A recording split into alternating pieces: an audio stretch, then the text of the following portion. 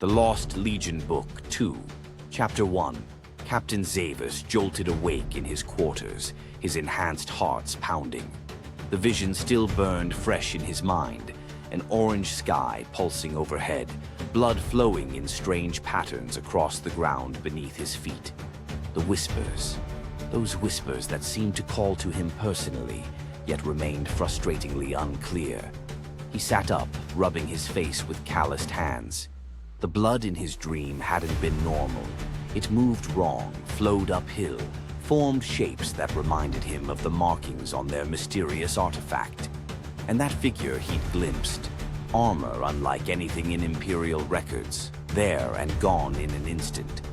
Into the data slate, he muttered to himself, reaching for the device. Before it fades. His fingers moved quickly across the screen, recording the key details. Orange sky, strange blood, the whispers, the armored figure, the symbols.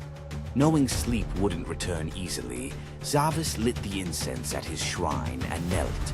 The familiar scent helped center his thoughts as he tried to make sense of what he'd seen.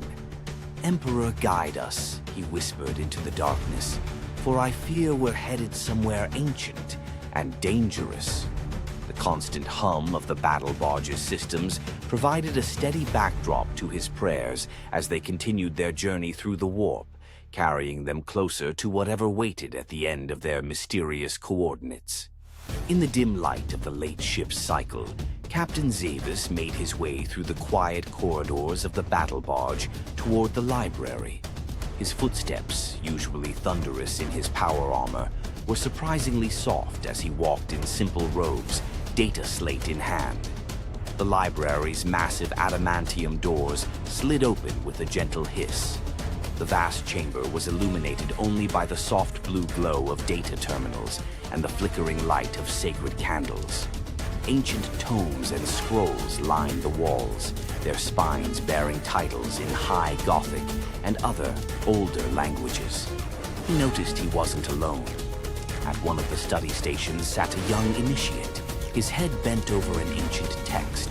The boy's red eyes, the mark of Nocturne, widened as he noticed his captain's presence. He started to stand, but Zavis raised a hand. "At ease, brother," Zavis said quietly. "What keeps you from your rest?"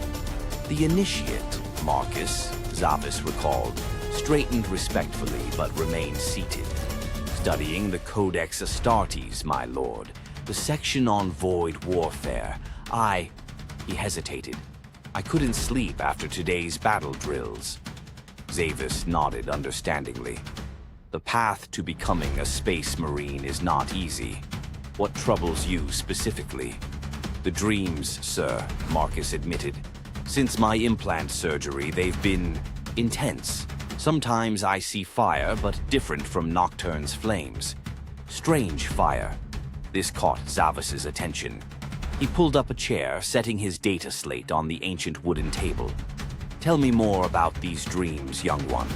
As they spoke in hushed tones among the sacred texts, both warriors sensed they were sharing something more than just a late-night conversation. Something about their mysterious mission, their strange dreams, and the unknown that lay ahead of them.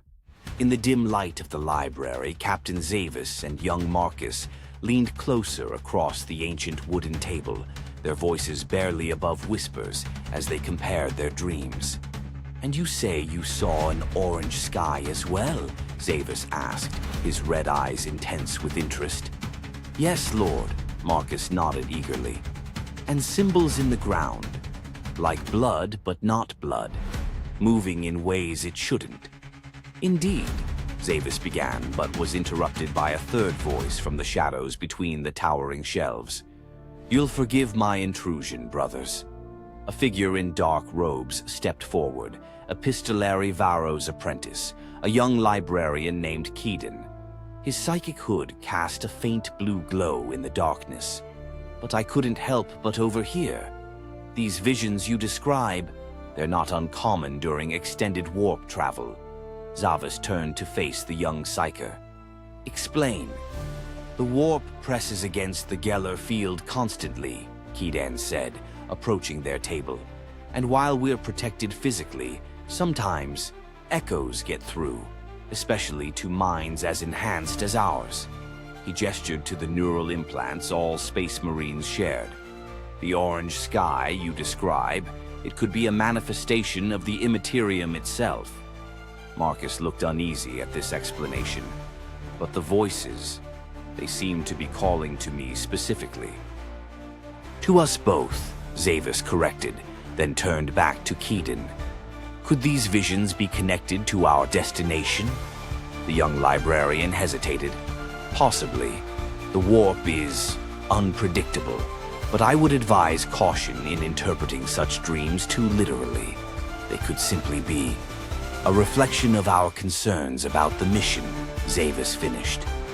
Perhaps, but I've traveled the warp many times, brother. These dreams feel different, more purposeful.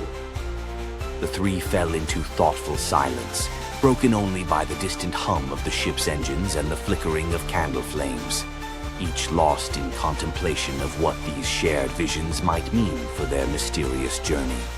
In the late hours of the ship's night cycle, more young initiates began filtering into the library. Like drawn moths, they found themselves attracted to the table where their captain and brother Marcus sat surrounded by stacks of ancient tomes and humming data slates. "My lord," one whispered, approaching cautiously. We couldn't sleep. The dreams." Zavis looked up from an old text about warp phenomena, his red eyes gleaming in the dim light. "Join us then, brothers. Knowledge is a weapon as surely as any bolter." Soon the table was surrounded by young warriors in training, each adding their own accounts of strange visions. One spoke of metallic forests under an orange sky. Another described buildings that seemed to breathe. All mentioned the whispers, too faint to understand but somehow urgent. Here, Marcus pointed to a passage in a weathered tome. The Remembrancer's account of the third expedition speaks of similar visions. Their navigator reported a chorus of voices beckoning from beyond the veil. Captain Zavis nodded thoughtfully, making notes on his data slate. While Kedan's explanation of warp echoes made sense, something about these shared experiences suggested something more deliberate. The young librarian remained with them, occasionally offering insights from his psychic training. "Look at this diagram," one of the newer initiates said excitedly, holding up a book. "These symbols, they're similar to what we saw in the blood patterns." As they studied and shared their experiences, dawn began to approach, according to the ship's chronometers. The group of Space Marines, from honored captain to newest initiate, had formed a bond over their shared mystery, their scholarly pursuit, feeling as brotherhood-building as any battle drill. "We should prepare for morning duties," Zavis finally announced, standing. "But this has been illuminating. Keep studying when you can. The Emperor's light often shines brightest through the pages of history." As they began to disperse, young Marcus lingered. "Captain, do you think the dreams will lead us somewhere specific?" Zavis placed a hand on the initiate's shoulder. "That remains to be seen, brother. But whatever awaits us, we face it together, as salamanders always have." The library gradually emptied, leaving only the flickering candles and ancient tomes as witness to their night of shared visions and brotherhood. Captain Zavis moved through the awakening corridors of the battle barge, his ceremonial robes flowing with each measured step. The scaled drake-hide cloak shifted and caught the light like living armor, each scale a reminder of his trial of ascension on Nocturne.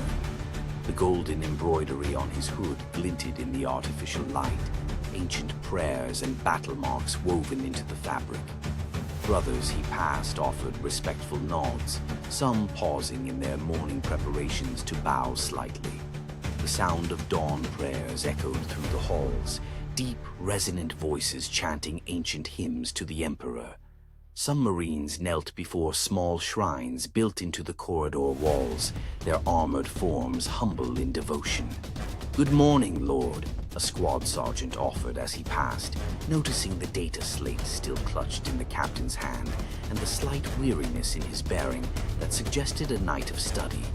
Zavis acknowledged each greeting with quiet dignity, his red eyes alert despite his sleepless night. The familiar weight of his drake-hide cloak settled on his shoulders, a constant reminder of who he was.